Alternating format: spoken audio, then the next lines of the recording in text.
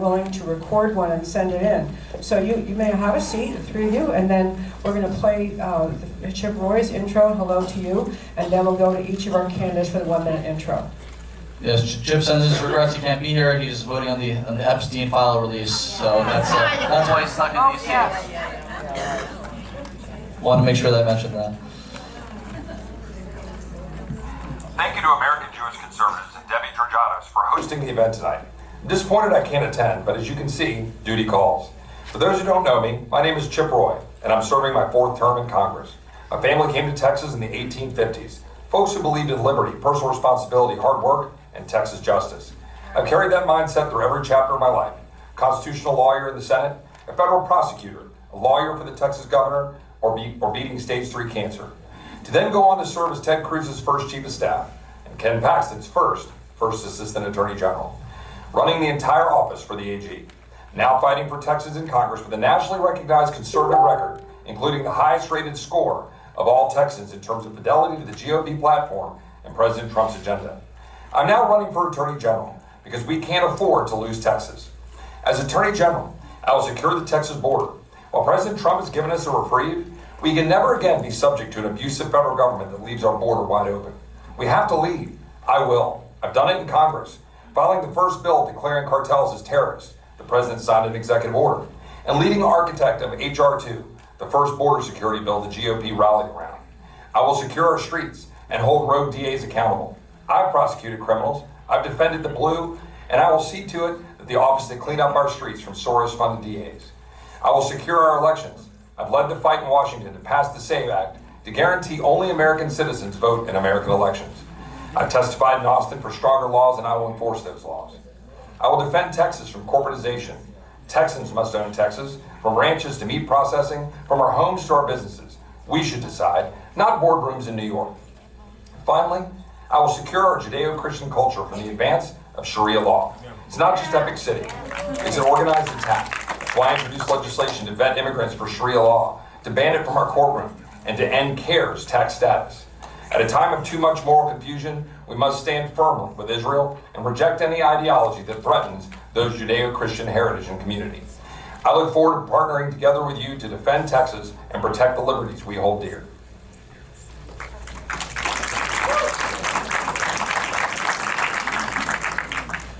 Senator Huffman, we'd love to have you give a 1-minute introduction of yourself.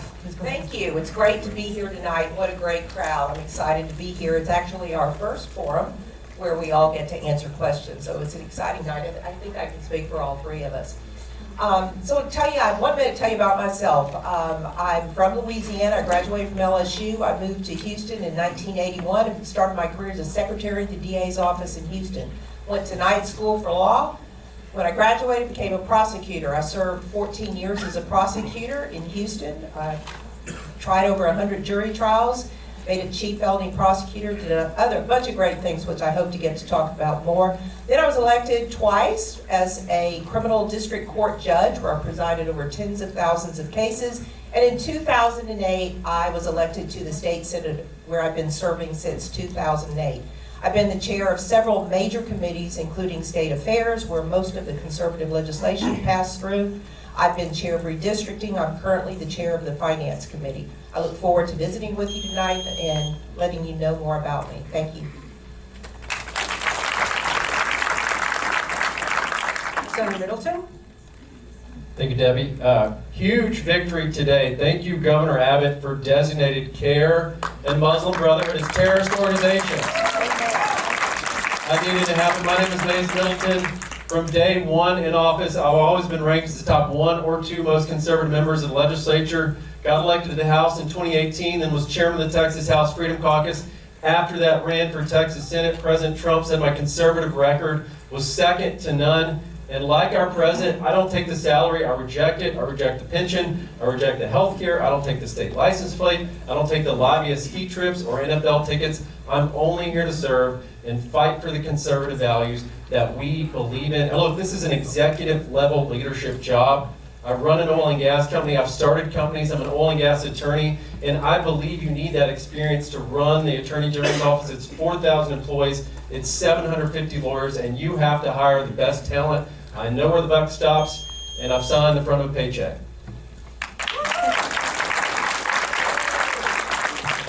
Mr. Aaron Rice. You know, I believe that we are in a battle for the soul of our state and our nation. I also believe that the primary arena in which we fight the dark forces of the left for the soul of our state and our nation is the justice system. President Trump understood this when he brought me into the administration as a senior executive at his Justice Department. And when he did, he said, Aaron Rice is a true MAGA attorney and a warrior for the Constitution. Why? Because he saw my record litigating, investigating, suing, defending, appealing, and otherwise leading legal teams into legal combat and winning victories in court up and down the chain of the justice system for our conservative, Republican, and Judeo-Christian values. That's what I bring to the table. And it's exactly why Attorney General Ken Paxton has endorsed me to succeed him, to continue the aggressive fight in court for our state and nation. Thank you.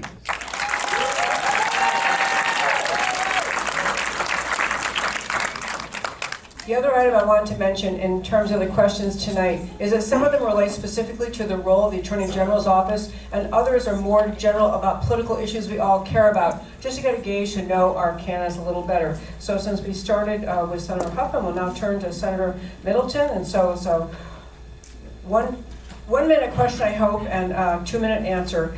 This one is on election integrity. The Texas legislature passed SB 12 that gave the Attorney General authority to prosecute election fraud cases without an invitation to do so from the local prosecutor, which reversed the Texas Criminal Court of Appeals ruling in the Stevens case. Do you support that change of law? Are you concerned about election integrity in Texas? And what's your reaction to the push toward paper ballots? Senator Middleton. Hugely important. Do we believe that a George Soros DA is going to prosecute voter fraud? No. That's why that was so important. And look, I asked Governor Abbott to add that to the special session call, the ability of the Attorney General to prosecute election-related crimes. He did. We passed it in the Senate, passed it in the House. Now it is law, thank goodness, because you have to have that backup ability to prosecute. But we need to take step 2, right? That's just the first part of it. We need a standalone division with law enforcement powers in the Attorney General's office to rapidly investigate and prosecute those that are breaking our election laws, whether that's voter fraud or election fraud or any of the other things that we've seen. It's happening all over the state. And the reason why this is so important, one illegal vote cancels out your legal vote. We need to make sure only legally qualified citizens are voting in the state of Texas. Yes. I fought for that, I got it over the finish line, and now we need to put it into action, and that's exactly what I will do as AG. Mr. Wright, Aaron Wright. The confidence that we have in our Republican form of government depends entirely upon the confidence we have at the ballot box. Without secure and transparent and fair elections, we can't have a free republic in which we participate democratically. You know, when the sham election of 2020 happened, Attorney General Ken Paxton and I filed the now famous case called Texas v. Pennsylvania, challenging on constitutional grounds the manner in which 4 states administered their sham elections. 2 days later, I was in the Oval Office with President Trump strategizing on the next moves. Meanwhile, while I was serving as deputy for the state of Texas, I led our Texas election integrity teams for the 2020 cycle as well as the 2022 cycle. In the middle of that time, in 2021, the Court of Criminal Appeals took a whole bunch of powers away from the AG's office from prosecuting election crimes. It was a joke. Now, I'm glad that the legislature has reinstated those powers. But ask yourselves why these legislators on stage with me tonight didn't reinstate or even push to reinstate those powers during the 2023 session. Why? Because Attorney General Paxton was still in power and they didn't want to give that authority to him. And they waited until 2025, only until after he indicated he was leaving office, to request those powers back. So it could be theirs rather than Attorney General Ken Paxton's. My record litigating, investigating, suing, defending, and appealing on election integrity. Now, Senator Middleton wants to say he wants a standalone election integrity division. There already is one. It's called the Election Integrity Division. And it was one of the divisions that I supervised successfully, bringing multiple lawsuits on behalf of the state of Texas to secure your ballot in some of the most crooked, deep blue counties and cities, including right here in Dallas County.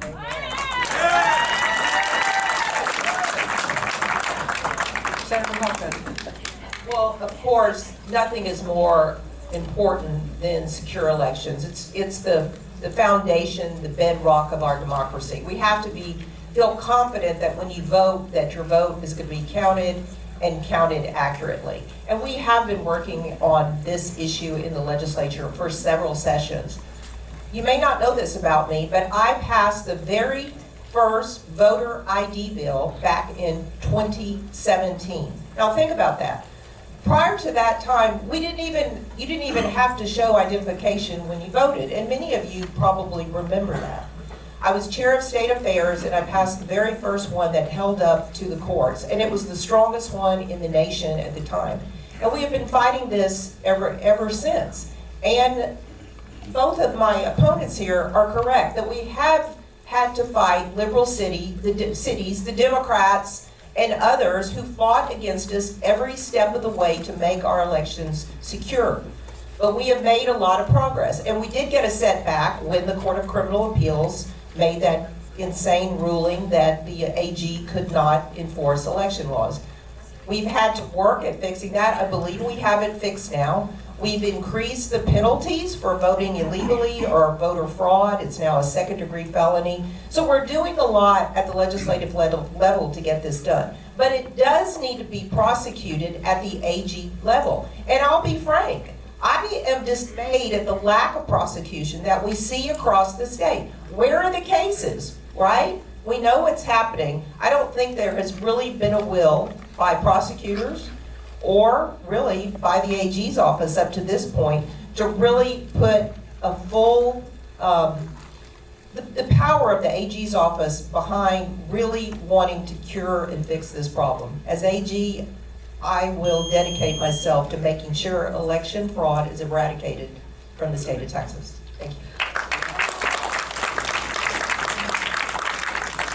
I'm going to take a little privilege here because I put too many questions into one question. I did ask at the end of that, what's your reaction to the push and the move toward paper ballots? And people didn't maybe get a chance to get to that one. So I'm probably going to lose track of which person goes first, but I think actually on the subject of paper ballots, it's Mr. Wright's going first. Wait, just 1 minute, 1 minute. If you can do 1 minute with him? Yeah, on this follow-up question, paper ballots. Yeah. Sure.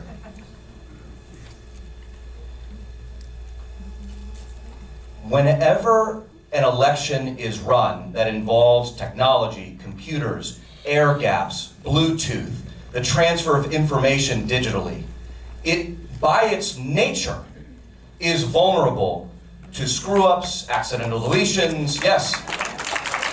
By its nature, I don't care how secure of an air gap Bluetooth ballot counter you give me, it can still be hacked and it can still be messed with. The only way to have total confidence in our elections is with paper ballots, and what I really want to see is same-day elections. It's this commitment to same-day elections and paper ballots that earned me Mike Lindell's endorsement. Why? Because of my record litigating for election integrity on behalf of the state of Texas to secure our ballots. And as AG, I'm going to use my platform to push for exactly what the Dallas County GOP is doing right now, to push for paper ballots. So good on you guys. Let's see the rest of the state follow. Okay, I swear I can keep track of things. So you, I think we're going to actually, so Senator Huffman now, you're just 1 minute on what's your view about paper ballots? Well, as chair of state affairs, I have sat through, when I was chair, no longer am chair, I sat through hours and hours of testimony about the best way to conduct elections, the best types of ballots. And what I have found is that people disagree on this issue. Experts disagree. And some believe that if you use paper ballots, it's actually more rife for fraud and abuse. Some do. I'm just saying what some people say, but you can boo, I'm repeating what people have said. And we have heard both sides of this. I think that different counties may have different solutions about how to solve what's best for their county. Some of the rural areas have different ways of doing it. Some of the urban areas want to do it a different way. And I think that the people need to come together in the counties to determine what is best for them, how they feel more confident and more comfortable in their elections. And I think it should be a local control issue about how these elections are run. I do think all elections should be secure. I am just not convinced that a paper ballot would necessarily be the safest way to conduct an election. Senator Middleton on paper ballots. Thank you. I support them. That's Senator Hall's legislation, incredibly important to election integrity here in Dallas County especially. But I've got to respond to something here. We did advance the bill in the Senate in 2023 to restore the AG's power to prosecute. That is a lie. And you know why it's so hard to pass laws like that? Because of taxpayer-funded lobbyists like Aaron Reichs works for in Austin. That is one of the biggest obstacles to election integrity in our state. We are literally paying for lobbyists to oppose election integrity in Texas. And that is one of the reasons why these bills that we're talking about tonight are so hard to get over the finish line. So that is incredibly important to point out here. As an obstacle to conservative values, you're having to pay for that right now. You're subsidizing the left's opposition to the things that you believe in, and it's the way the left wins without winning elections, and it's the USA of Texas. Okay, thank you. I always make this joke in my talk show with interviews that in case we get snowed in for a week, I have enough questions. I actually really do have a lot of questions, so I'm going to move on to the next one. I realize as we hear answers, you think, oh, probably someone wants to respond to that. I think we need to move on to our next question. I'm going to turn to Attorney General Paxton's years as Attorney General. He is viewed by many across the country as an activist Attorney General. He sued Pfizer over what he called unlawful misrepresentation concerning COVID. He sued Harris County for unlawfully directing $1.3 million in taxpayer money to defend illegal aliens from deportation. So he's viewed as an activist Attorney General. So my question is, was he activist enough, too activist? How do you think he'd be different, if at all, from Attorney General Paxton in terms of being an activist in that role? And what's the top issue you want to take on? And now I believe we are starting with, I think Senator Middleton. I don't know. Let's go first. 2 minutes. Oh, you're back to 2 minutes. It's a regular question. Kind of compare yourself to Attorney General Paxton. Was he overly activist or about right? Answer roulette here. We're going, out of order, but I love it. Look, he has fought against woke corporate interests that are trying to drag Texas down like New York and California. That's the bottom line, and he has done a great job at that. And I have a record of fighting against those same woke corporate interests. I fought the big soda lobby and won, and authored and passed the law to take soda and candy out of our taxpayer-funded food stamp program. Taxpayer-funded junk food turns into taxpayer-funded healthcare, right? We all know this. It's common sense. But not only that, I took on the woke vaccine lobby and medical lobby and authored and passed the strongest ban on COVID vaccine mandates in America. Over 5 times stronger than Florida. I wanted to outdo Florida by a factor of 5. But the reason why this is so important at the end of the day is we're defending Texas values, right? They're coming after our state. They're coming after our children. And we've got to make sure that we stand up and protect and defend them. And the AG's office is there to protect those who can't defend themselves, right? And one of the ways we do that is consumer protection. I want to make sure that Texas is the safest state in America to live and raise a family. And that includes fighting against these woke companies that are trying to destroy Texas like all the other states. Thank you, Senator Middleton. Mr. Rice, on Attorney General Paxton's activism and how you relate to that. Not only is Attorney General Ken Paxton active, but he's effective. Because he's gone to war, unlike many Republicans who squish, who cower. He has led the fight on behalf of our state against the Biden administration, big tech, big pharma, blue counties, blue cities, school districts, and all other lawbreakers and flouters of the law. If you like that action, if you like that effectiveness, I'm your only choice to succeed him as AG. I have been endorsed by Attorney General Ken Paxton to succeed him. And you ought to read his endorsement statement. He didn't mince words. He said Aaron Reitz is the only qualified candidate in this race. He is the only one that I would trust to turn the keys of this office over to. Why? He lays it out. Because Aaron Reitz was his offensive coordinator. You know, I'm proud to say that when I served as his deputy, I sued the 46th president, auto pen Joe Biden, 46 times, and I won 85% of those cases. I led the state against big pharma, big tech, blue counties, blue cities. And just like your COVID lockdown king, the county judge, Clay Jenkins, here in Dallas County. Boo, exactly right. Now, what you're going to hear throughout the night is you're going to hear references to various legislative accomplishments. Remember, under Article 4, Section 22, it says, quote, "The Attorney General shall represent the state of Texas in all courts and pleas." This is a legal, law enforcement, executive branch job. It is not a legislative job. As a lawyer who's represented the state dozens and dozens of times, I always appreciate good legislation. But you don't send the manufacturer of the M4 service rifle into combat to defeat the left. You send the Marine to take that rifle that was made for him to go vanquish the left and vanquish the enemies of our Constitution. That's what I'm here to do. You're right. Senator Huffman. I think that General Paxton has done a great job, and I think he's been very aggressive at going after the woke corporations, whether it be big tech or big pharma, and has effectively done so. And I will say that by doing so, he has brought quite a bit of money into the state of Texas. As chair of finance, I've been watching all this very carefully because we actually had to finance a lot of the experts, the lawyers that are paid. Many of these cases are handled by outside legal counsel, not lawyers at the AG's office. In fact, the vast majority of them are, and there's still several pending. But he has made a concerted effort to go out and to go after those, and many times he's partnered with other states in doing so, and it's been very successful. And I would continue to do that if I was your Attorney General, because I think it's important, and it's part of the protection of Texans, whether it's consumer protection. But I look at Texas and I see other things that need to be accomplished at the AG's office. With my background as a prosecutor and a judge and my many years in the state Senate, I can see that there, in my opinion, and I think would be great for Texas, to have a focus on bringing more law enforcement activity into the Attorney General's office.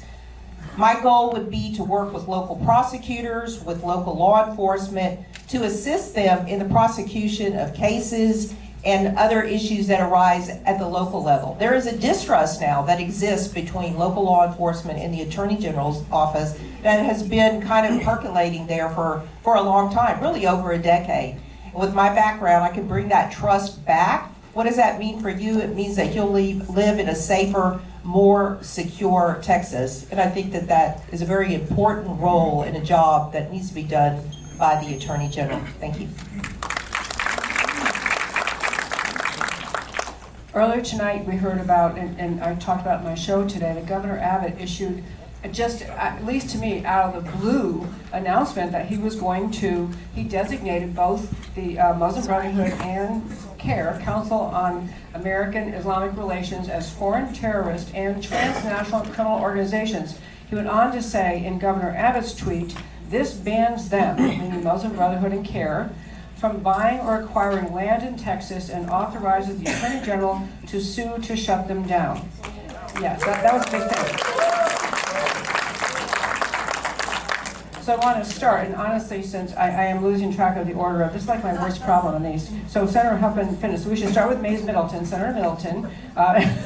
You always go first. Just get over it. No, I'm just kidding. I think Senator Middleton is supposed to go first this time. But what was your reaction to what the announcement today by Governor Abbott of this proclamation, and what do you see the Attorney General's office being able to do? That was a huge victory. And look, before I even ran for this office, I began fighting against Sharia law and Islamification. We had several victories on that. Number one, obviously anti-Semitism is a symptom of that, especially in our schools. So I fought for the law this session that makes anti-Semitism a violation of the code of conduct in both K-12, like we've seen in Plano, and our colleges, like we saw on UT's campuses. Not only that, passed the law that makes it a crime to enforce Sharia law. Number 3, on top of that, fought for the law, helped get it over the finish line that stops terrorist organizations like the ones that were designated today. CARE is a terrorist organization. Muslim Brotherhood is a terrorist organization where they cannot own our property in Texas anymore. We're not allowing our enemies to buy Texas out from underneath us anymore. We're stopping that. It's America first, Texas first.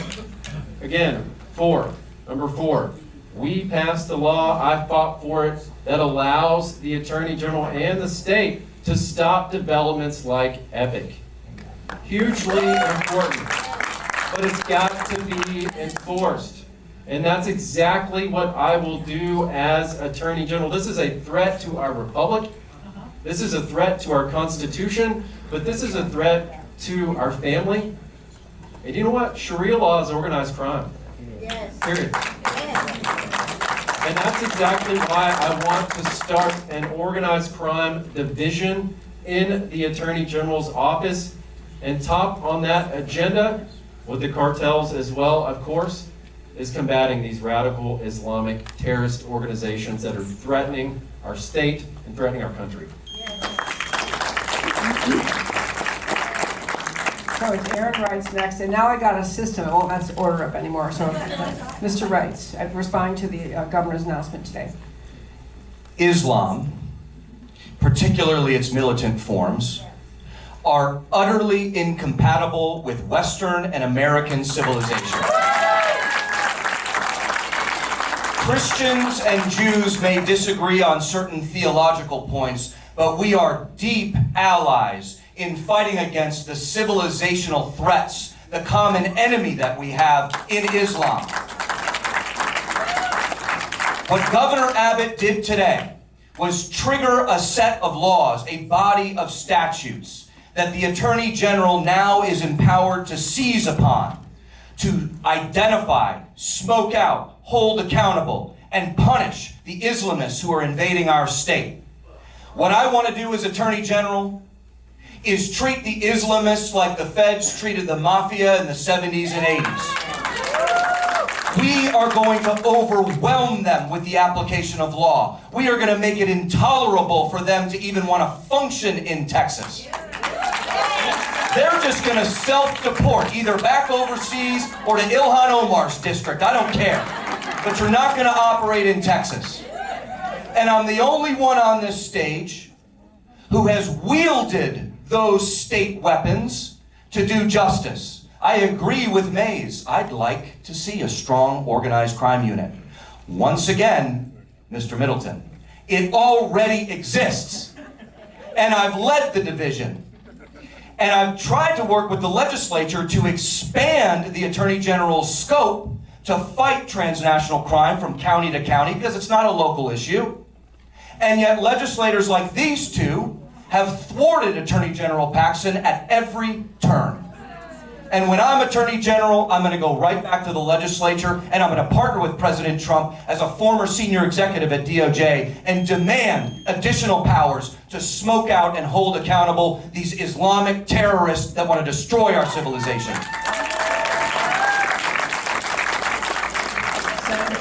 Senator Huffman, in response to the governor's order today.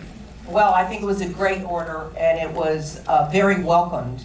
I will tell you that back in 2017, I noticed the Sharia problem that was starting to percolate down in Fort Bend County, which was an area that I represented as a senator.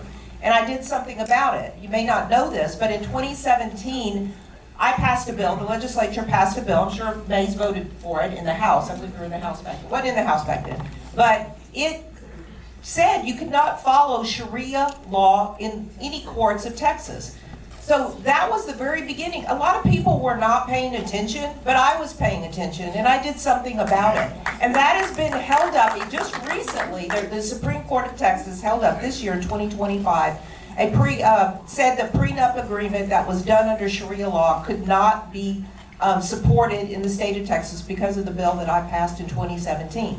And we've been fighting this battle for a while, and we have made great strides this session by banning the foreign purchase of land, by creating these individuals as foreign terrorists, by empowering the Attorney General's office to proceed with refer criminal penalties with civil penalties. So there's finally some teeth in the law to proceed. I agree that these epic centers, and there was similar issues that arose down in my neck of the woods up there down there in Fort Bend County, where it was serious about the bullying and the type of power that was trying to be exerted over everyday citizens by the Islamic faith and some of the things that they were doing. It was very troublesome. And so we have been watching this. I do think it was about awareness, and at least now we are aware more on a statewide basis, and I think that that will bode well as we move forward and try to thwart this and stop its growth. And I was very happy to see Governor Abbott jump in as big as he did with a lot of strong language and really set it up so that the laws that we pass can now be implemented. Thank you. This question, the first is going to go with Mr. Rice. Kind of changing topics or related topic. Tucker Carlson's interview with Nick Fuentes and Candace Owens' strident criticism of Israel. It feels like what we're seeing, or what many are calling, a rise of the woke anti-Semitism on the right, like anti-Semitism on the Republican side among conservatives. Are you concerned about anti-Semitism in America and Texas, and specifically about the woke anti-Semitism on the right? Do you think that's a valid label for it? What are your thoughts? Aaron Rice. You know, my role model, the only other lawyer in the family, was my grandfather, and he was Jewish. And I grew up with him learning to love and appreciate the Jewish people. I love and consider Israel to be an absolutely necessary strategic ally. I personally disavow any of these sorts of trends of anti-Semitism and all this other nonsense, okay? And on Nick Fuentes in particular, my bottom line is I think this guy is just a weird, giant loser, okay? This is a guy who admitted to streaming webcam shows in his mom's basement. He referred to men's relations with other women as homosexual. This guy's a freak. And my opinion is I look at him chattering his little mouth, and obviously what he says is gross and offensive to me, and I totally disagree with it. And you know what I do with other vile dorks like Nick Fuentes? I move along and I ignore him. I move along and I ignore him because he's a loser. No one cares. And so what I want to do is make sure that not only do I speak clearly with ethics, integrity, and my view that these people spewing vile anti-Semitism, Holocaust denial, all these sorts of things are sidelined and marginalized. Exactly. But I don't subscribe to that. And I will tell you this, one of the things I was proud of when I served in the senior ranks of the Justice Department under President Trump is I partnered with Attorney General Bondi as the presidentially appointed head of the Office of Legal Policy to stand up the October 7th task force, to stand up the task force on anti-Semitism, to coordinate federal resources that I, as the next AG, am going to bring to bear to root out anti-Semitism in our state and in our Republican movement.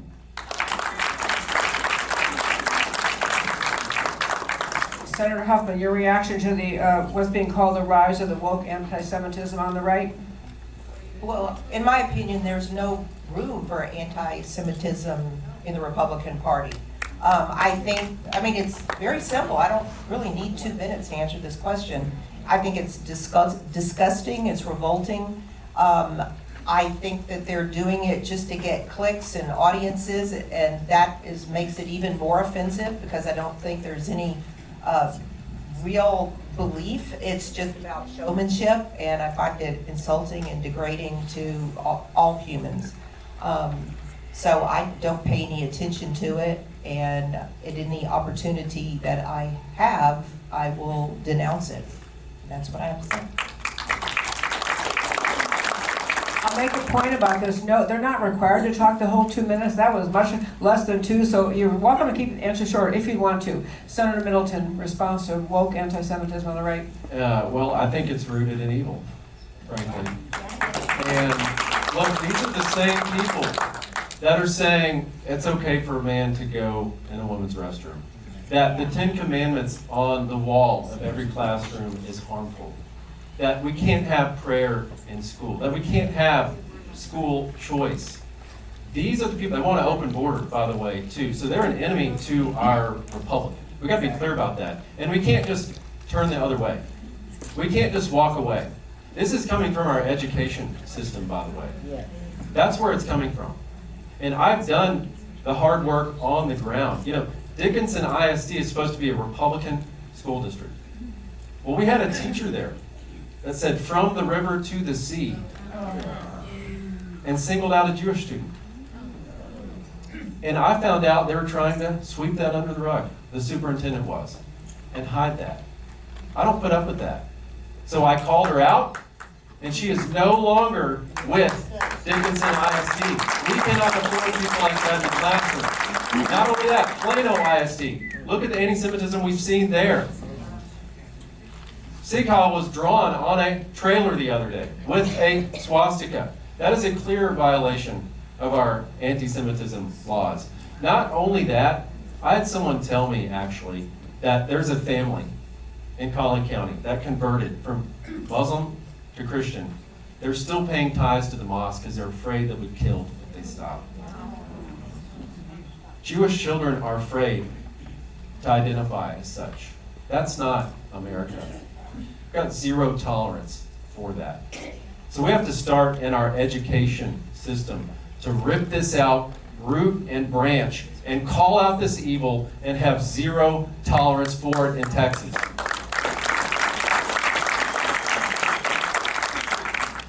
Senator Huffines, this question goes to you first. Huffman? I love Don. Look, he's the platinum sponsor, so he actually does get to answer a few of these questions, right? Come on up, Don. I'm so sorry. I'm so sorry. That's all I know right. exactly who you are. Yes, Okay. I realize that. Senator Yes, ma'am. Huffman. Proposition 3 passed in recent Texas elections. It requires judges to deny bail to violent offenders who commit certain felonies. Is that enough, what passed, to fix the problem of judges and courts being too lenient and letting offenders out on bond? And can the Attorney General's office do more? Well, it's a heck of a good start, and actually that was my bill and my constitutional amendment, supported by Senator Middleton and many people in the Senate and in the House legislators. And we had been trying for 7 years to get that passed. I can't tell you how many times I passed that out of the Senate. It was more than 10 times. And it was a huge fight because of the constitutional amendment, so I had to get it out of the House. The Senate was not a problem, but the House Democrats were a huge problem. But we finally got it passed. It's now going to be implemented soon. And from there, we'll see if it is enough. We had more. I had another constitutional amendment that would have allowed for automatic denial of bail for illegals who were here, who committed a felony. It almost got out of the House. Mitch Little carried it for me in the House. He worked very hard, came very close to getting it passed, but I'm sure that we'll make another run at it next session. But the issue is such that in Harris County, and there was other counties where this was occurring as well, some in Dallas County, other counties, Travis County, where there were repeat offenders who had been out on multiple bonds for violent offenses and were continuing to commit new felony offenses. In Harris County alone, in about a 4-year period, there were 162 murders that occurred by individuals who were out on violent felony bonds. And that's an incredible statistic when you think about it. But these woke judges continue to not follow the law, continue to assess very lenient bonds. And now, under this new constitutional amendment, they have to consider an individual's past, the crime itself, and they have to determine, and if they decide to let them loose, they have to write a statement as to why they're actually releasing them, why they don't think they're a threat. So this is an important step for the victims and the people of Texas. And yes, we may need to go farther depending how the judges respond to this constitutional amendment. Thank you. Actually, I want to ask a quick follow-up just to that one, Senator Huffman. I actually did not realize Proposition 3 is just, it imposes a duty on the judges to follow certain steps, but it's not something that dictates in certain crimes you cannot release them. Is that correct? It does apply to only certain crimes, but it is not automatic, if that answers your question. Okay, yeah, okay. And Senator Middleton. Thank you. That was a huge victory for law and order, because law and order, tough on crime, that's America first. That's one of the most important things that we can do, because look, our laws, our Constitution, those aren't suggestions. Those are not something that you cafeteria style, take what you want, you leave what you don't. If you do that, you violated your oath of office. Our judges that do that are violating their oath of office when they put their hand on the Bible to protect and defend all of our laws and all of our Constitution. And that Prop 3 only addresses the worst of the worst. Violent sexual offenders. But that's part of the problem. There's more to it than that. We've got George Soros elected district attorneys that are treating our laws and Constitution as suggestions. They're letting murders out on the street. And by doing that and by adopting policies of not prosecuting, they violated their oath and they need to be removed from public office. And that's exactly what I would like to do. But you also got to think about the root cause of a lot of this. Who's paying for these elections of these woke judges? Who's paying for the elections of these woke district attorneys? George Soros. On day one in office, I want to investigate George Soros for the crimes that I believe he's committed against our state and our communities. Hardly anyone has done more harm to Texas and Texas families than George Soros. He needs to be held accountable for that. And that's exactly what I will do. Mr. Wright. In both state and federal court, we are living through an era that can only be described as a judicial coup. These are judges who swear an oath of office and must adhere to certain judicial codes of conduct, and yet they know that when they rule throwing out the law or in favor of criminals, or when they issue opinions that are ruling against their political opponents, they are abdicating their responsibility, they are betraying their oath, and they must be removed from office. Now, you might get all three of us on this stage to agree with that notion. Here's what sets me apart. I am the only one on this stage who has actually brought affirmative and successful state-level action against subordinate public officials, whether at the city, county, or court system, and remove them from office. I've done it. You can sit up here as a candidate all day long and get the applause lines for saying you want to do X, Y, or Z. But if you don't have any experience doing X, Y, and Z, all it is an applause line. This is why Attorney General Ken Paxton, who began and is already deeply involved in smoking out the multinational, globalist, unlimited funding George Soros network. He's already deep into it. So if you like the progress that's been made, support, and even if you're not happy with enough progress being made, you need somebody who's going to get into that office, who's been endorsed by him, to continue to press his foot on the gas and double down on the progress that we've done. And you got to choose the guy who knows how to do it, who's ran the play and scored many touchdowns before. That's what I do.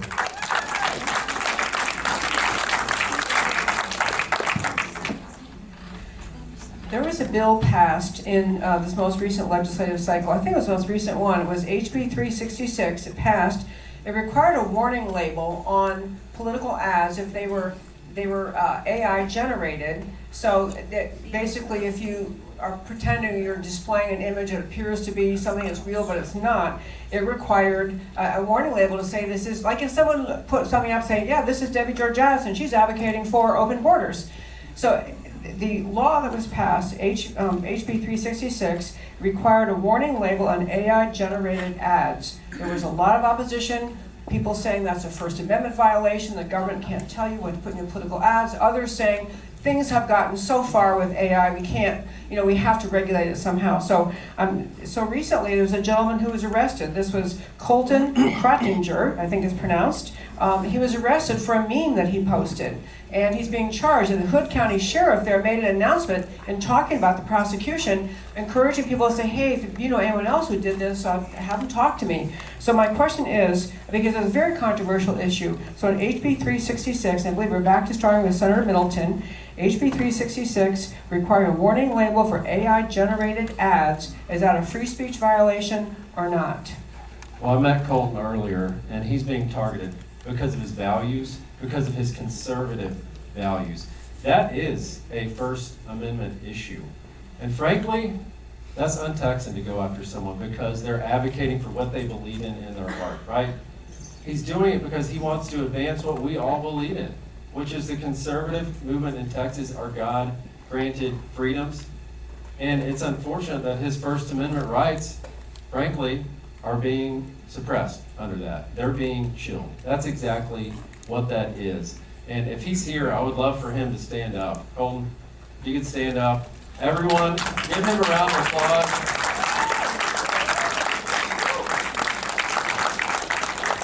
Someone's got to be the first up the hill, right? Someone's got to be the first to go do what's right. It's like Sam Houston said, you do right and you risk the consequences. And look, at the end of the day, that's what this job is about in the Attorney General's office. It is about judgment, it is about character, and it is about defending those God-granted freedoms. Because look, government doesn't grant us anything, right? It doesn't. Our Constitution simply protects those God-granted freedoms. So I agree, that is a huge First Amendment issue. And that is something that I will make sure that I fight for in the Attorney General's office. Mr. Wright. Well, I'm glad that Colton here is too. I'm also proud to say that Colton's experience with weaponized justice and the suppression of his First Amendment rights caused him to know that he needs an Attorney General who's going to litigate and advance our First Amendment principles. And for that reason, Colton announced tonight that he's endorsing me for Attorney General. Why? Because on this stage, I'm the only one who has litigated on behalf of the state of Texas to defend your First Amendment free speech rights. This is again the difference between me and my opponents. You can say, yes, this is a First Amendment issue. I check, yes. But what no one else on this stage has ever done is litigated a First Amendment, not free speech, not free exercise, not free press, not freedom of association. None of the provisions in the First Amendment have been handled in court at any level in state or federal court, district, appellate, or Supreme Court, both channels, by any of my opponents at any point in their careers. And so, yes, it is a First Amendment issue. This is the anti-meme thing. Let me be also clear. I love good memes. I think good memes are hilarious. I enjoy memes. I like making memes on Meme Generator. And I'll be darned if some good old boy wants to come after me and try to arrest and indict me for making a hilarious meme that you enjoy. I don't want that. That's what Colton did. And what I'm going to do is not only identify First Amendment issues, but I'm going to actually go to the mat to advance them. And that's important because I'm the only one with the experience to do it. So you can trust me. Thank you. Senator Huffman.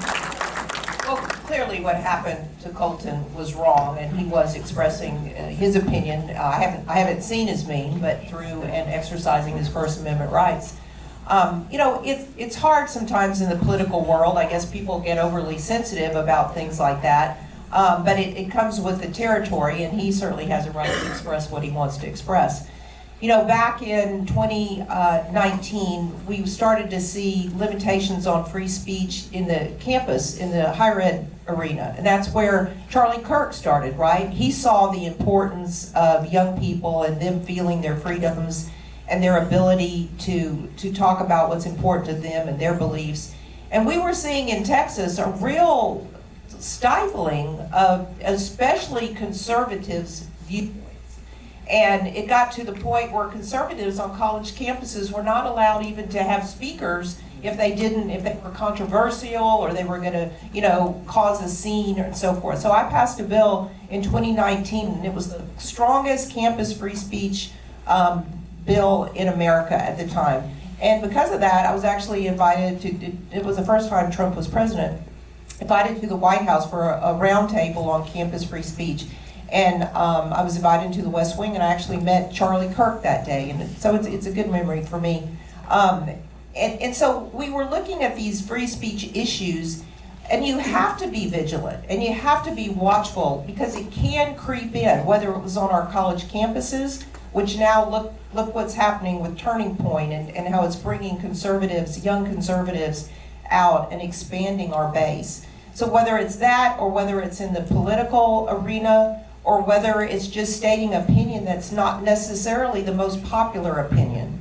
Because sometimes as conservatives, we don't have the most popular opinion. So yes, will I be a fighter for free speech? Yes, I will be. And yes, Mr. Wright, I can fight.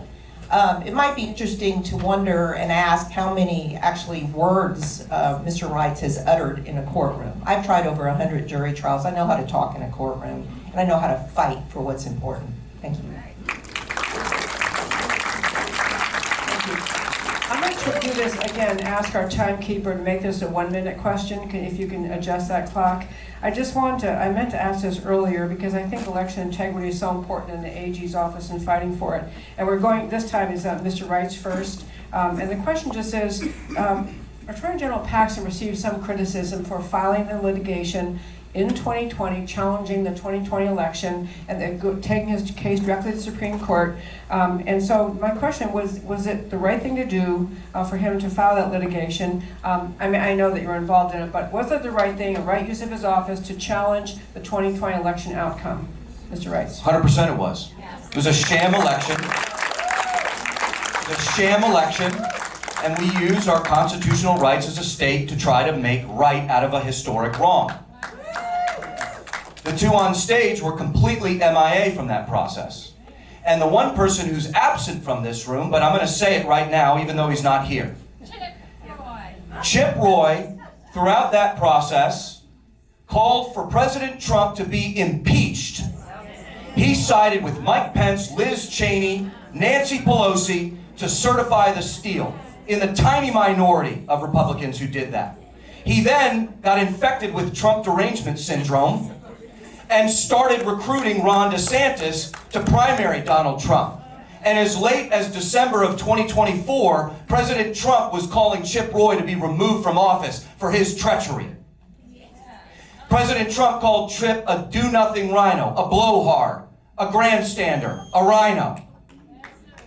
I at least appreciate that he waded into the fight on the totally wrong side, but my two opponents on stage, totally MIA. Where was I? I filed that court directly in front of the U.S. Supreme Court. That's what I did. Okay, so next Senator Huffine is responding to, I'm so sorry. I know I even like Senator Huffine. Yeah, you need to stop continuing over there. Okay, Senator Huffine, same question though. Was the 2020, the filing litigation in the Supreme Court by the Attorney General to challenge that election, was that justified, the right use of the office? Clearly, Attorney General Paxton felt very, very strongly about what had happened, as did many of us, concerned and furious about the outcome of the election and what we thought were fraud and so many questions all over the country about what had happened. And so, yes, I would he had every right to dig in. Now, he didn't win the case, but he certainly didn't give up fighting. So I think when you believe as an attorney general, whether it's an issue that is as monumental as that issue was, or other issues that are important that you feel strongly about, that it is your duty. The oath that you take under the Constitution is your duty to represent the people of Texas and to dive into these fights, even if they're going to be very difficult and perhaps unpopular. He was sanctioned by the state bar, or they tried to sanction him, and he was punished in many ways for jumping into that. But he did what he thought was right, and you have to respect him for that. Senator Middleton. The election of 2020 was stolen. Period. The end. That was a stolen election, and at that time, I was chairman of the Texas House Freedom Caucus, and we deployed to Pennsylvania to help in that. That was the front lines of the fight for election integrity. I'll remember that in 2020. They were cheating us there. They did universal ballot by mail, but not only that, we didn't stop. We didn't stop. Freedom Caucus priority number 1 was the election integrity bill in 2021 that made paid voter assistance a crime, a felony, and instituted voter ID for absentee ballots. Never again was our response. Not only that, we fought for the election audit law, which unfortunately did not pass the Texas House, to expose some of the fraud that we know occurred, like here in Dallas County, Travis County, Bexar County, Harris County, all over the state. They cheated us. Do y'all remember the ballot drop-off locations? So from day 1 in office, I've been fighting for election integrity, been fighting for years. And that's why I'm the only one in this race that's been protested at the Texas Capitol just this year, because I'm fighting for you. Okay, well, here's what we're going to do. We're near the end of our time. I want to say one more time a 1-minute question, and then let you guys know what it is. You can think about it while I'm saying a few things. But the 1-minute question just says, the thing you would say you're most proud of in your career. Among the three of you, just you can think about that. While they're thinking about that, what we're going to do is answer that question. I don't know why he's standing there. Okay, so he gave you more time because I talk a lot. So you think about that question, but then we're going to turn to let them after that make their closing statements, but then we're not done then. We have questions that have been sent in, so the closing statements, then going to your questions, which are all coming up to me up here on this iPad. So people send questions in, we'll do those. Is there some way they can turn in questions even? Yeah, okay. Yeah, you can go right there, use that QR code to send a question now. We have a bunch of them, but I love to do as many as we can. With that, there's a 1-minute question for each of you, and I think you think I probably don't know, but I do. I believe that first person to go first here is Senator Huffman. What's the thing you're most proud of in your career?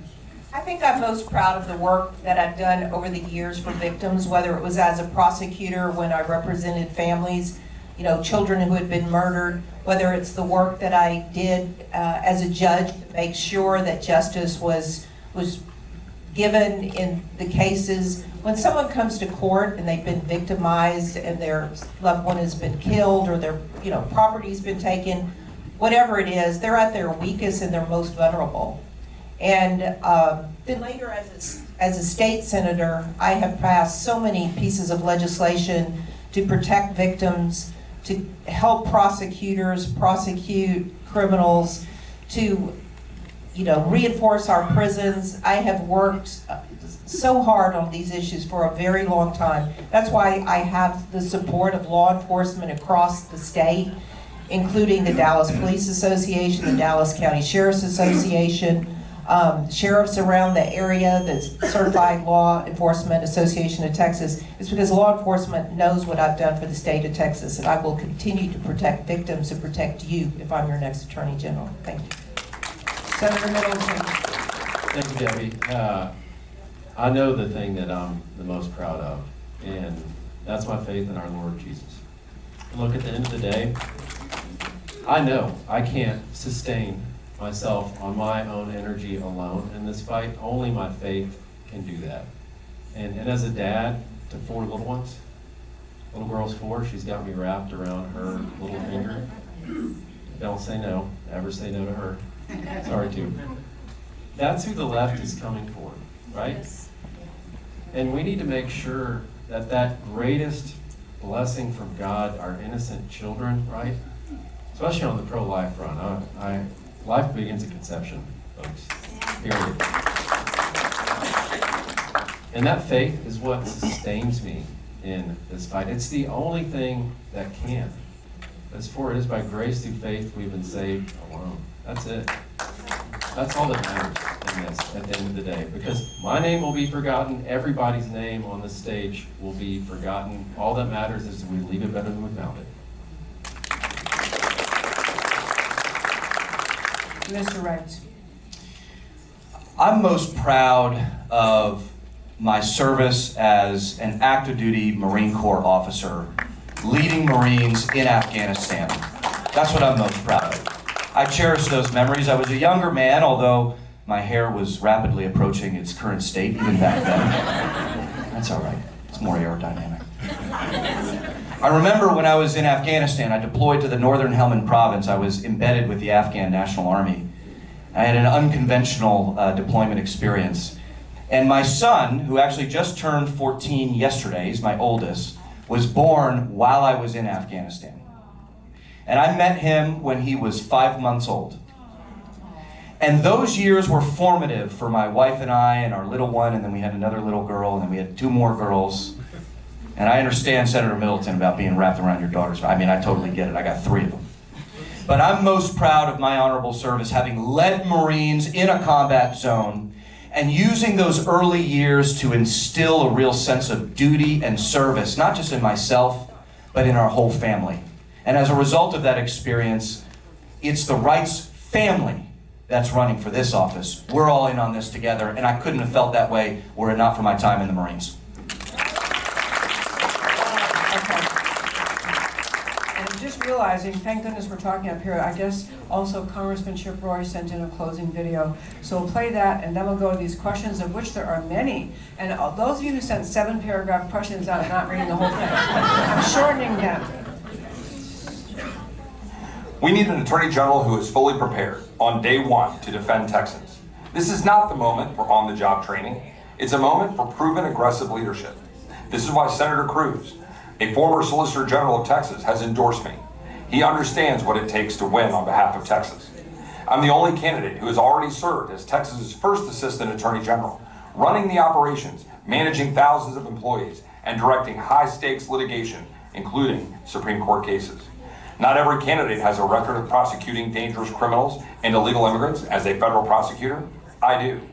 Not every candidate has a proven conservative track record under his or her own name, with the highest scores from the most conservative groups. I do. Not every candidate has a proven record defeating Democrats in tough races. I do.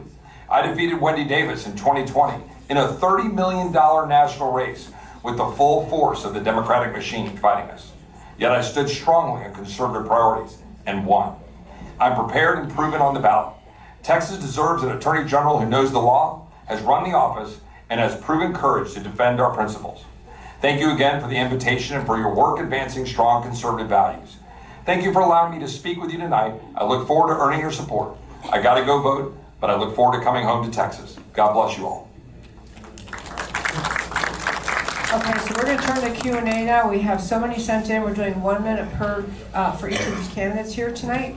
And I believe we're starting with Mays, Middleton. But the first question that I'm going to, this was one of the 7-paragraph ones I'm shortening. The gist of it is, Plano ISD is under investigation by the United States Department of Justice Anti-Semitism Task Force set up by President Trump. Plano ISD is under investigation. That ISD has one of the 2 largest Jewish student populations of any district in Texas. Numerous incidents have occurred that people have already been talking about a little bit. And the thing is, will all of you agree tonight to either issue a public statement, together or separately, to state your support of our communities, of the Jewish community and against anti-Semitism regarding Plano ISD? Senator Middleton? Thank you, Debbie. Well, I already have. I've already been working with the Jewish families in Plano ISD to call out this evil, this scourge that we're seeing. And it's not a coincidence that EPIC, East Plano Islamic Center, is right there. This Islamification is spilling over into the school district. There is indoctrination that is happening because of that. They're targeting Jewish students because of their faith. Worse than that, these students feel unsafe. They feel scared to admit that they're Jewish in school. This is wrong. We can't put up with this. I've been working with Seth Weinstein, who's here tonight, on this already. And you know what the school district said in response to this? They limited public comment. They're already breaking the law, not just our laws against anti-Semitism. They're shutting down taxpayers and parents from making their voice heard. And a lot of this is, of course, driven by taxpayer-funded lobbyists who are helping them and giving them legal advice to shut down parents and make them be quiet because they don't like what they're hearing from them. It's wrong, and I will fight tooth and nail to stop it as Attorney General. Mr. Rice. Who better to muster the resources of the Justice Department's Anti-Semitism Task Force than the presidentially appointed, Senate-confirmed head of the Office of Legal Policy that worked directly with Attorney General Bondi to get that thing up off the ground? I'm referring to myself, by the way. That's me, okay? And so even at the very highest levels, what I have done in the Trump administration is I take the president's executive orders, and with Attorney General Bondi, we bring life to that. And so now, our Jewish communities, our Jewish students, and these crooked anti-Semitic, rotten left-wing, Antifa-style, Free Palestine adjacent school districts are going to have an attorney general who's already been vetted and trusted to partner with the Trump administration to bring all of those resources to bear to smack down Plano ISD, and that's exactly what I'm going to do when I'm attorney general.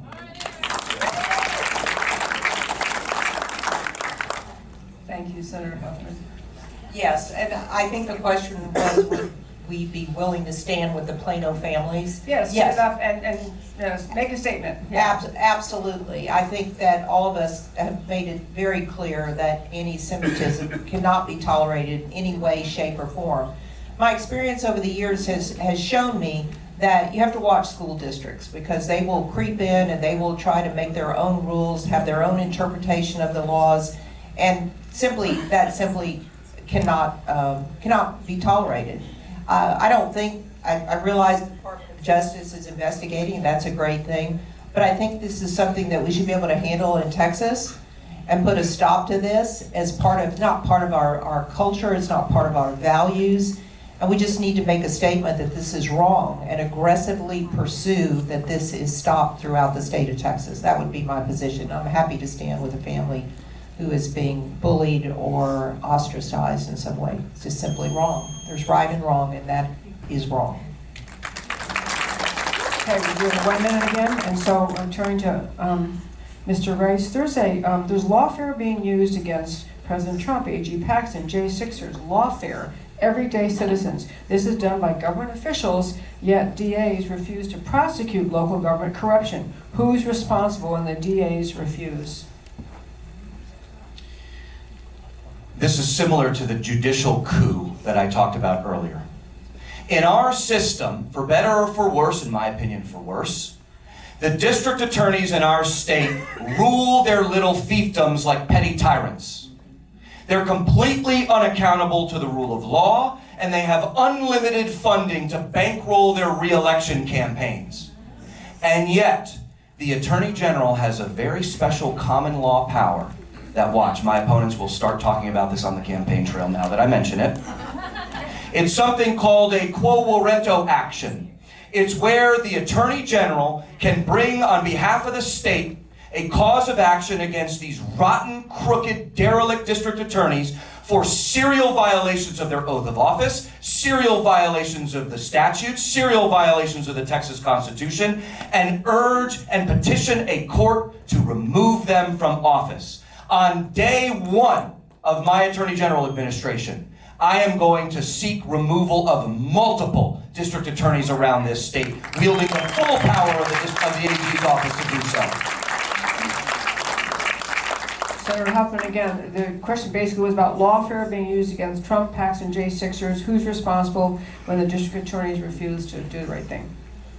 Well, we have laws in place that can remove district attorneys who refuse to follow the law by committing official misconduct. And when they have rules and they make statements that say they're not going to prosecute certain classes of offenses, they can be removed from office. Again, that's a bill that I wrote and I passed about 4 years ago, along with Representative David Cook from up near Denton in the Waco area. He and I worked on this. We worked with prosecutors to get this bill passed. I will say that the prosecutors in the state have a lot of political power, and many times you have to work with them. I actually disagree with Mr. Rice. I don't think the vast majority of prosecutors are crooked and bad. I actually think... I didn't say that. Well... I didn't say Okay, vast let's majority. not interrupt each other. Go ahead, Senator Huffman. Thank you. I believe most of them are very good, honorable people. Are there some awful ones that need to be taken down? Absolutely. And will I fight to remove the bad ones? Absolutely. But I'm not willing to cast some huge, disparity over most of the prosecutors in Texas because I don't believe that's true. Which I didn't do. Senator Middleton. Again, going back to the foundation of our constitutional republic, you're talking about lawfare being waged against people. Well, that's also, we're talking about local elected officials as well, who are ignoring the law, who are incompetent. Y'all know Judge Lena Hidalgo? Have y'all heard of her before in Harris County? Yeah. Boo. Yeah, boo, exactly, that's right. I changed the law this session to hold people like that accountable. I knew what was happening. They were going from a George Soros local elected official. A petition for removal was filed in a George Soros district court. There was not accountability. I knew that. I saw the problem. I'm playing the long game here to hold people accountable. So what did I do? I changed the law. Now, you know what? It's filed with the presiding judge of the administrative judicial region. That's an Abbott appointee, a Republican. So these crooked Democrat elected officials, they don't have home field advantage anymore. They're going to a Republican judge with a Republican prosecutor in a nearby Republican county to be held accountable. Accountability is what matters here the most. And that's exactly what I've been fighting for as a lawmaker in the legislature and as your Attorney General.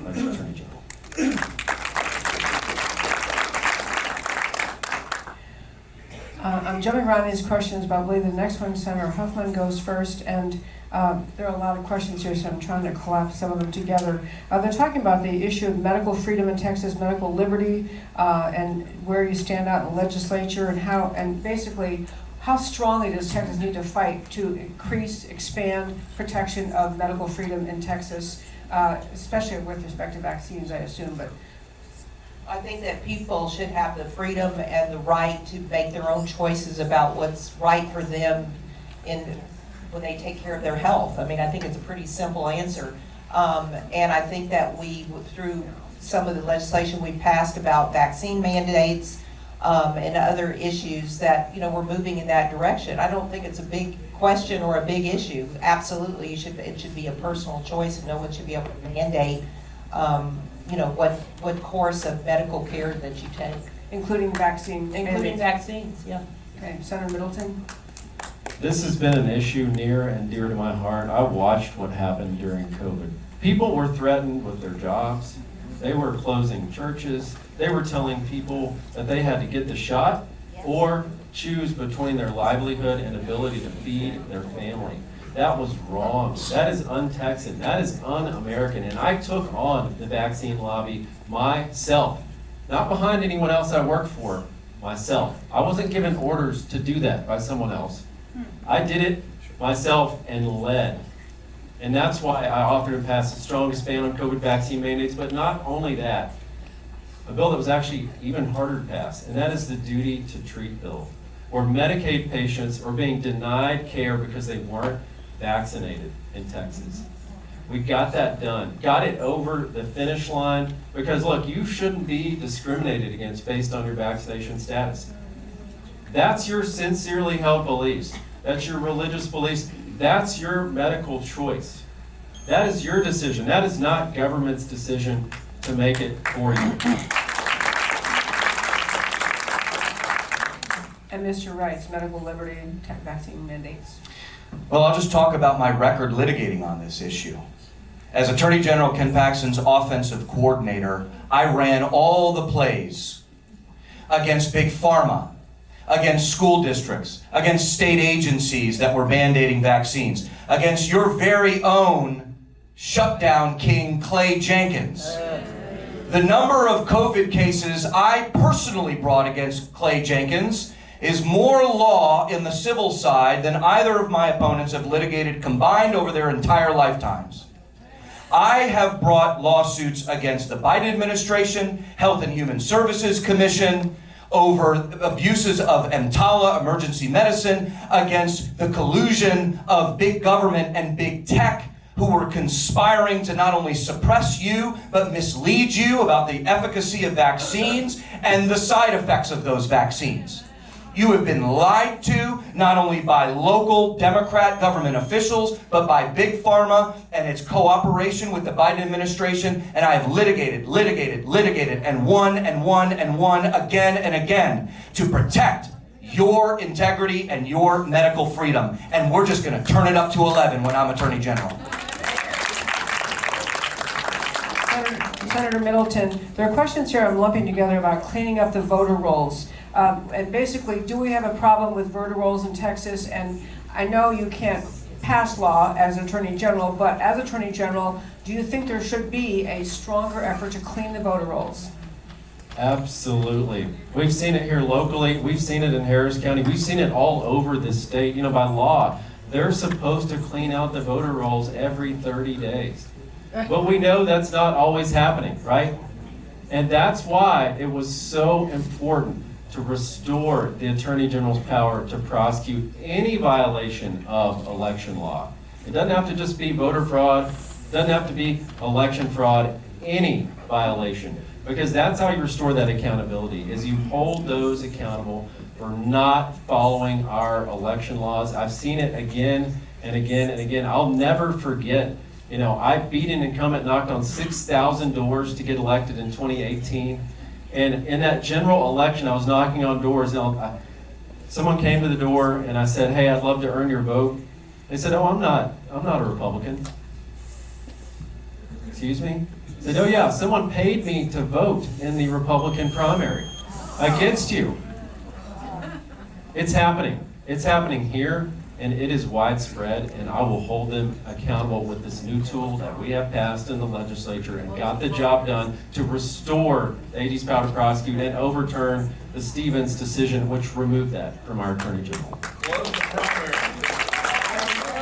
Mr. Wright, especially focusing on the cleaning up of the voter rolls, what do you think should be done?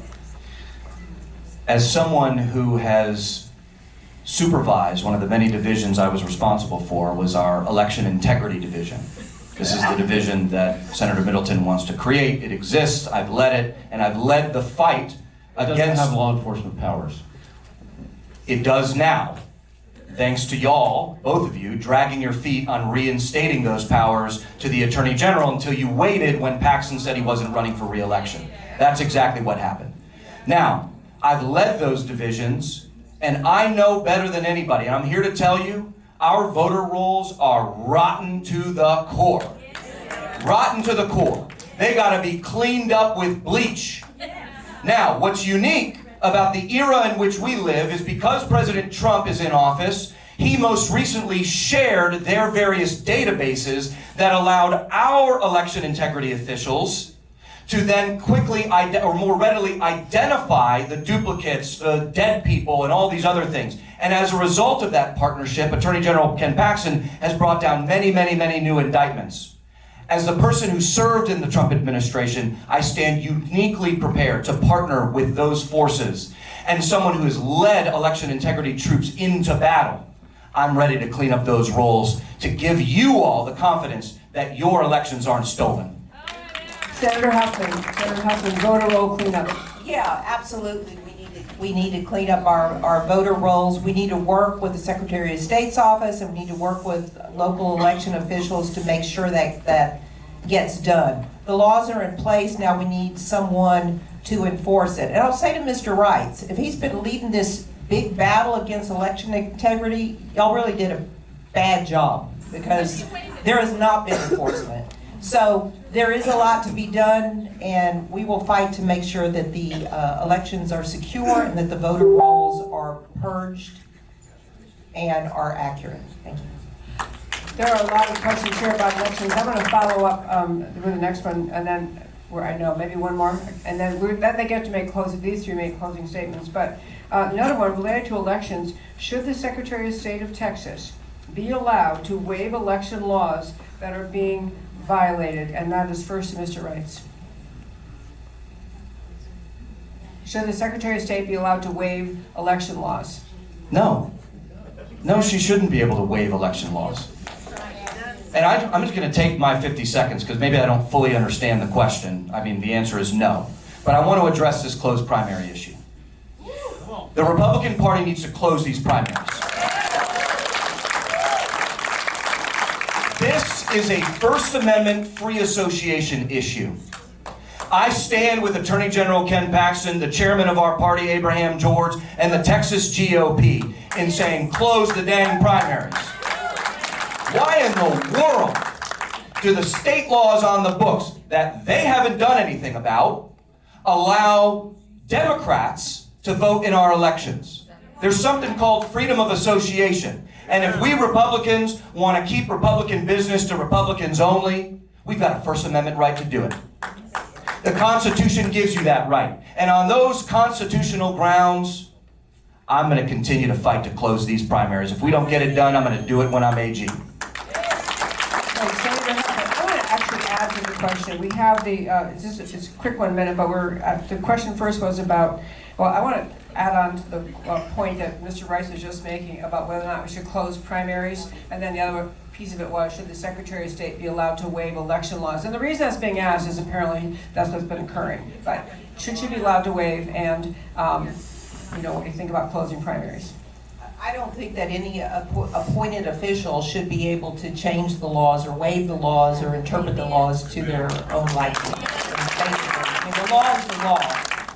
As far as open primaries, unfortunately, the law now is that there is a somewhat closed primary in the sense that, you all know this, that if you vote in the regular primary, you can't vote in a different runoff primary. And so there are some, swearing, you have to sign that you're not going to vote in the runoff. And it's probably a good idea to do so. My position is I would like to see a conservative legislature pass the bill and do it in a way that it does not alienate voters, good Republican voters, because I don't like the concept of some judge somewhere being the one who is the arbitrator here and makes the rules about how this is going to be implemented. I would like to see the legislature do that. Where can we find legislators to do that? Excuse me. And so that would be my position on it. I think it's something that we have to look at the data very carefully.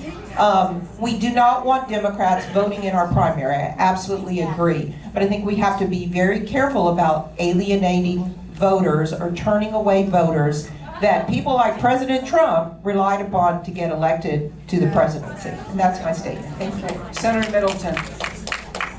Well, that's an easy question. No, the Secretary of State should not be allowed to waive election law.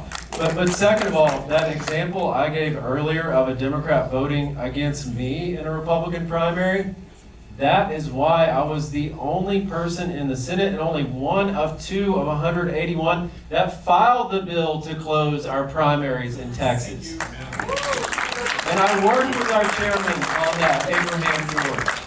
This is not right, what they're doing. They're costing conservatives their election. We've seen this again and again.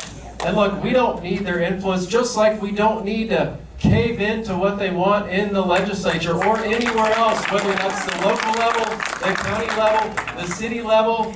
It's called you'll get nothing and like it. The majority rules here, period. That's how it works, and that's why I also fought for the big, beautiful map to draw 5 more Republican seats to help deliver the America First agenda in Congress.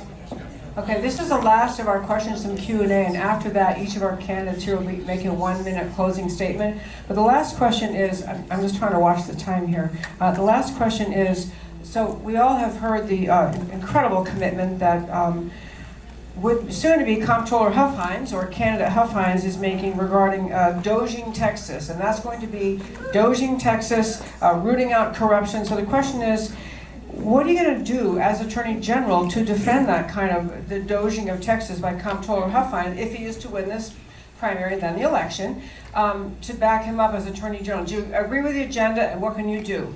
And I believe, who knows where we are going first? Okay, I think you just finished speaking, May, so that would make Senator Huffman. I would be happy to work with Don on these issues. I work with him in the Senate, and we passed some good legislation working together. We don't want corruption in any way, shape, or form, right? If corruption is happening, it needs to stop. If you remember back, probably 10 years ago, do you remember the Travis County DA used to be in charge of corruption? That was a joke. Yeah. That's when they indicted Republicans, Rick Perry, Kay Bailey Hutchinson, for stupid things like use the copier machine or something that they weren't supposed to. It was completely out of control. And I passed a public integrity bill, reformed it, took it away from the Travis County DAs, brought it back to the local counties where the local prosecutors, where if you were as an elected official or a public official were corrupt, you were brought back to your voters and you had to stand before them. They were going to try you. They were going to serve on the jury. So yes, should public officials or anyone who is being corrupt be held accountable? Absolutely. And do we need to scrub? We scrub the budget all the time. Could it be scrubbed more? Absolutely. And we welcome scrutiny and we welcome ideas to make Texas work more efficiently, more effectively, and more conservatively. Thank you. Senator Middleton. This is a very simple premise. Government doesn't have any money. It's all taxpayer money. Yes. That's why DOGE is so important. And look, we love cutting waste, fraud, and abuse, right? We love that.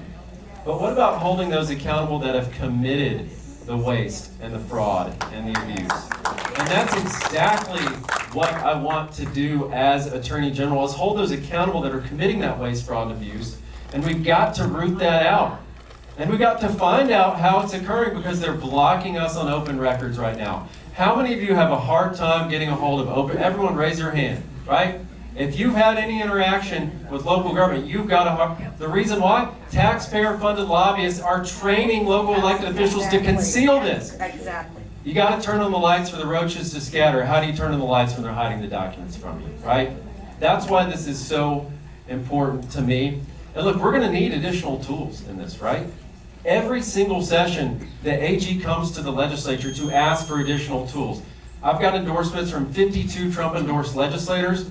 My opponents combined have 2 total between all of them. Who can get the job done for you when we're protecting Texas? Mr. Wright. Together, what? Together, Comptroller Huffines and I are going to doge the hell out of Texas. I can't wait to do it. Now let me tell you something. This man may not know it yet. This man may not know it yet. He is going to get sued so many times, it's going to be incredible. And he needs an attorney general who's got experience representing state agencies, representing our interests in court, in state and federal court, up and down the chain. And I'm here to tell you, brother, you're a businessman, I'm a lawyer, I'm here and I'm excited to represent you and the comptroller's office, because the litigation is coming. It's going to be bloody, it's going to be ruthless, you're going to have a whole bunch of nasty, fat and happy, entitled bureaucrats that are going to be so mad when he cuts them. And then I represent the state in litigation against them when they come crawling back for their pensions and for their paychecks and for their fat government sinecures. It ain't gonna happen. And under my watch, I'm gonna provide the legal framework and the litigation representation to ensure that we doge Texas effectively and in a way that sticks in court.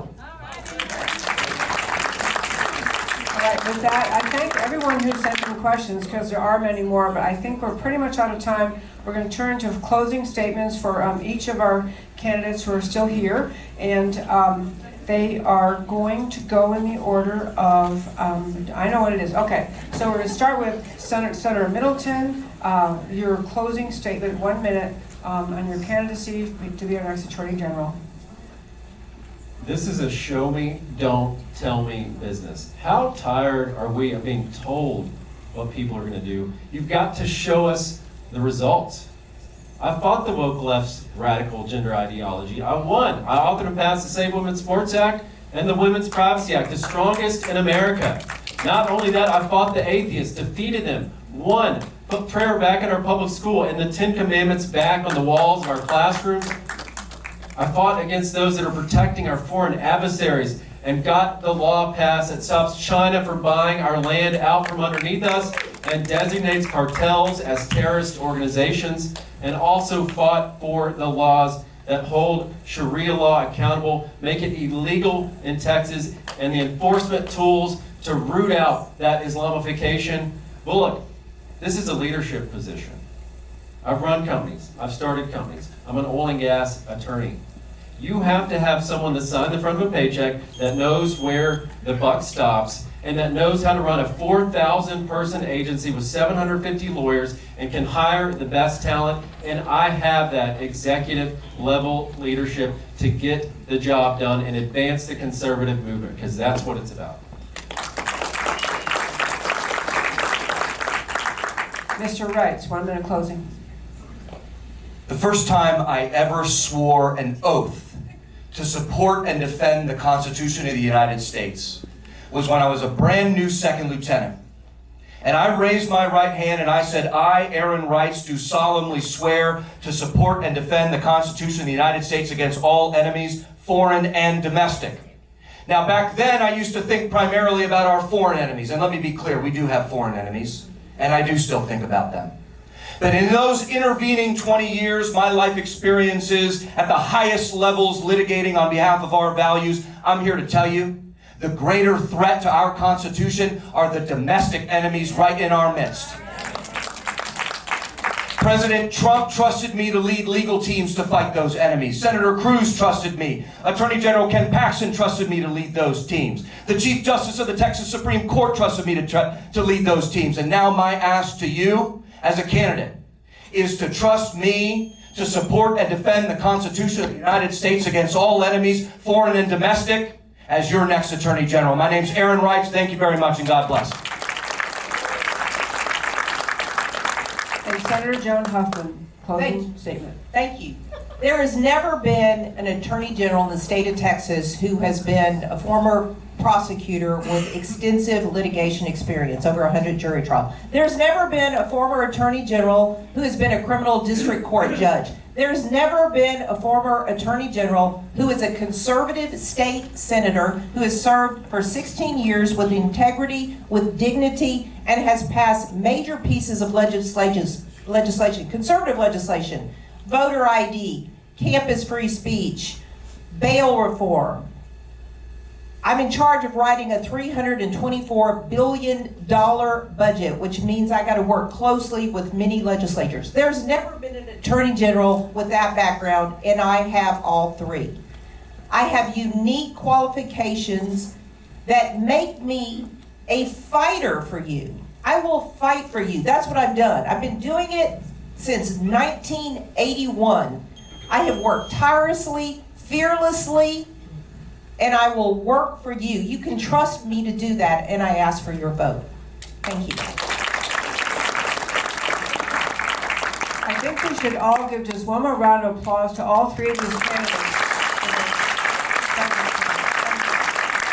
Yeah, amazing evening. Thank you all so much for all the candidates who are here tonight and for your thoughtful answers and for everyone who submitted questions. Don't go anywhere just yet. Give one more round of applause to all of our candidates, everybody. And also, let's give a round of applause for our moderator, Debbie Grigado. She did a fantastic job. Thank you, Debbie. Make sure you go to America Can We Talk and check out her show. It's fantastic. Of course, tonight's event would not be possible without the people and organizations who stand behind events like this. So I want to give another shout out to our platinum level sponsor, Don Huffines, for Texas Comptroller, and his whole family for being here. I want to also thank all of our other sponsors, including the Dallas Express, Michael Slaughter for Collin County Commissioner Precinct 2, Woody Huffines for Collin County Commissioner Precinct 4, Michael Thorson for House District 67, and Michael Padilla for Collin County Precinct Chair 166. Round of applause for all of our sponsors. Big thank you tonight to our community partners as well, and just bear with me, there's quite a few of them who made this possible. Dallas County Republican Party, Denton County Republican Party, Collin County Republican Party, Israel 365, Patriot O Businesses, Hispanic Republican Club of North Texas, Park Cities Republican Women, Collin County Republican Assembly, Capella Republican Club, Golden Corridor Republican Women, Grapevine Republican Club, and MCBA. Big round of applause to our community partners and great conservative organizations. Also, a shout out to our amazing security teams, Shomar Texas Security and Paradigm Security Solutions for keeping us all safe here tonight. And last but certainly not least, give a round of applause for all of our amazing volunteers who takes a village. So give a round of applause for our volunteer team.